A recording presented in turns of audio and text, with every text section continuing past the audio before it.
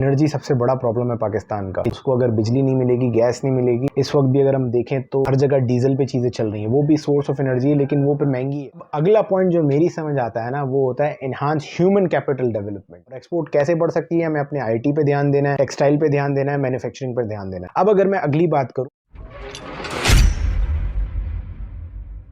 बिस्मिल्लाहिर्रहमानिर्रहीम, welcome back to another video. आज मैं पाकिस्तान इकोनॉमी सीरीज की लास्ट वीडियो बना रहा हूँ रिकमेंडेशंस की, कि मेरी क्या राय है इस पूरी ना 1947 से लेके 2022 तक की तारीख इकोनॉमी के हवाले से आप लोग के सामने रखने के बाद। अब सबसे पहले अगर बात की जाए कि हमें क्या करना चाहिए, तो मेरे ख्याल से अगर हम इन्वेस्टर को प्रमोट करें ना, यानी बिजनेस फ्रेंडली इन्वायरमेंट्स बनाएं, तो वो ज्यादा सूटेबल होगा। अब इसमें मैं बात कर रहा हूँ दोनों के लिए, डोमेस्टिक के लिए हम जैसे लोग जो यहाँ बैठ के कारोबार करते हैं, इंटरनेशनल यानी फॉरेन इन्वेस्टर के लिए कि जो बाहर से आके यहाँ काम करे। अब इसमें हमें करना क्या चाहिए? देखिए, हमें अपने ब्यूरोक्रेसी जो है उसकी जितने हर्डल्स है ना, जिस बंदे ने पाकिस्तान में काम किया होगा उसको पता होगा, उसे हमने स्ट्रीमलाइन करना चाहिए। हमें ईज ऑफ बिजनेस करना चाहिए, यानी ये नहीं कि 50 कागज लाओ, ये लाओ, वो लाओ। और उसके बाद सबसे आसान बात में एक इजी लॉ बनाना चाहिए कि अगर बंदा बाहर से कोई पैसे लेके आ रहा है, क्योंकि देखिए इस टाइम पे पाकिस्तान में फाइनेंशियल क्राइसिस है इकोनॉमी का, तो उसमें हमें इन्वेस्टर ही चाहिए जो पैसे लेकर आए। अब अगले पॉइंट की तरफ मैं चलूंगा कि इंफ्रास्ट्रक्चर हमें अपने इनहांस करना है, अपने इंफ्रास्ट्रक्चर को। अब उसमें रोड्स ही खाली नहीं आते कि पब्लिक ट्रांसपोर्ट और ये, हमें देखिए इसके अंदर और बड़ी चीजें आती है। एनर्जी सबसे बड़ा प्रॉब्लम है पाकिस्तान का, जिससे पाकिस्तान के अंदर जितनी इंडस्ट्री लग रही है उसको अगर बिजली नहीं मिलेगी, गैस नहीं मिलेगी, इस वक्त भी अगर हम देखें तो हर जगह डीजल पे चीजें चल रही है, वो भी सोर्स ऑफ एनर्जी है लेकिन वो महंगी है, तो हमें चीपर सोर्स ऑफ एनर्जी देना है। साथ के साथ अगर रेलवे की बात करूं तो दूसरे ममालिक के अंदर जो माल transportation means of transportation use होता है, वो रेलवे यूज होता है फॉर कार्गो, और पाकिस्तान में वो ट्रक सिस्टम्स चलते हैं। तो वो क्यों चलते हैं उससे आप खुद अंदाजा लगा सकते हैं। तो हमें इन चीजों को एनहांस करना, ताकि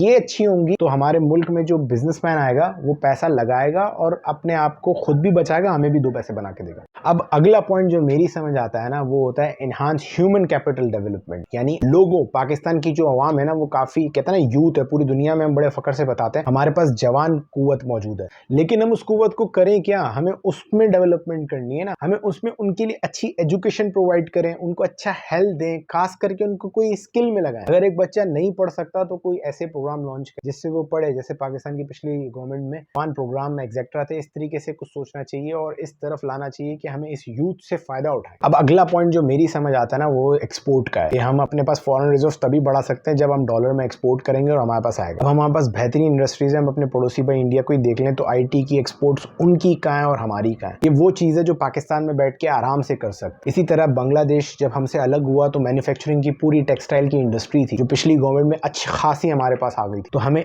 जितनी एक्सपोर्ट बढ़ाएंगे उसमें हमें फायदा होगा। और एक्सपोर्ट कैसे बढ़ सकती है? हमें अपने आईटी पे ध्यान देना है, टेक्सटाइल पे ध्यान देना है, मैन्युफैक्चरिंग पर ध्यान देना है। अब अगर मैं अगली बात करूं कि पाकिस्तान एक बहुत बड़ा कंट्रीज में आता है जो रेमिडेंसेस कलेक्ट करता है, किसके थ्रू? अपनी लेबर को एक्सपोर्ट करके। तो हम खाली मजदूरी ना भेजें ना, हम एजुकेटेड दिमाग भी बाहर भेजें, ऐसी स्किल पाकिस्तान में जवान में बनाए कि वो बाहर जाके इंडिया की तरह सीईओ और काबिल नौजवान बने और फिर पाकिस्तान में अपनी उस चीज से इकोनॉमी को फायदा पहुंचाए। अब ये सारे जितने भी पॉइंट्स मैंने आपको बताए, कराने किसने? पॉलिटिशियन ने, यानी पॉलिटिकल स्टेबिलिटी पाकिस्तान के अंदर ये सबसे बड़ी रिकमेंडेशन है पॉलिटिशियंस के लिए, यानी जितने भी हमारे सियासतदान, पार्टियां और मुल्क के अंदर जितने भी पॉलिटिकल इदारे हैं, इन सबको पाकिस्तान का जो सिस्टम है पॉलिटिक्स का, वो ABC है। ए क्या करता है? पावर में आता है तो BC उसको रहने नहीं देते, B आता है तो A और C मिलके उसको गिराते हैं, इसी तरह ही वाइस वर्सा है। तो कहने की बात ये, हमें सब ने मिलके पॉलिटिकल रिफॉर्म्स लाने हैं, और वो ऐसे रिफॉर्म्स लाने हैं कि पाकिस्तान में मौजूदा आइन, लॉ,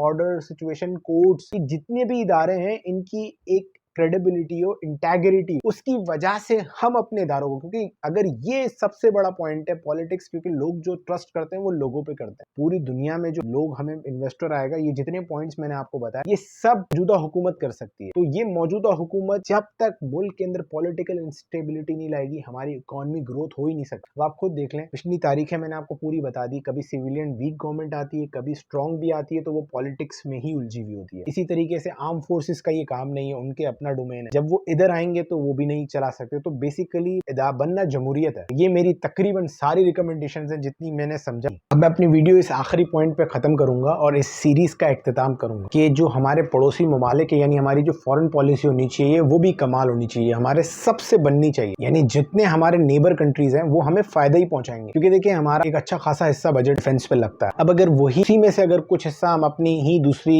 मराहत पे लगा दें तो मुल्क को बड़ा फायदा पहुंचेगा। और दूसरी जो हम सपोर्ट ले सकते हैं, देखिए इंपोर्ट एक्सपोर्ट अगर पड़ोसी ममालिक से खुल जाएगी ना, तो काफी हद तक जो हमारे अखराजात दूसरे ममालिक को भेजने में आते हैं वो इसमें कम हो जाएंगे। तो उम्मीद करता हूँ आपको मेरी वीडियो अच्छी लगी होगी, मेरी पूरी सीरीज की मेहनत आप लोग को पसंद आई होगी। अगर आप लोग को अच्छी लगी है तो मुझे सपोर्ट करें। मिलते हैं इंशाल्लाह अगली वीडियो में, तब तक के लिए अपना ख्याल रखें, मुझे अपनी दुआ में याद रखें। अल्लाह हाफिज।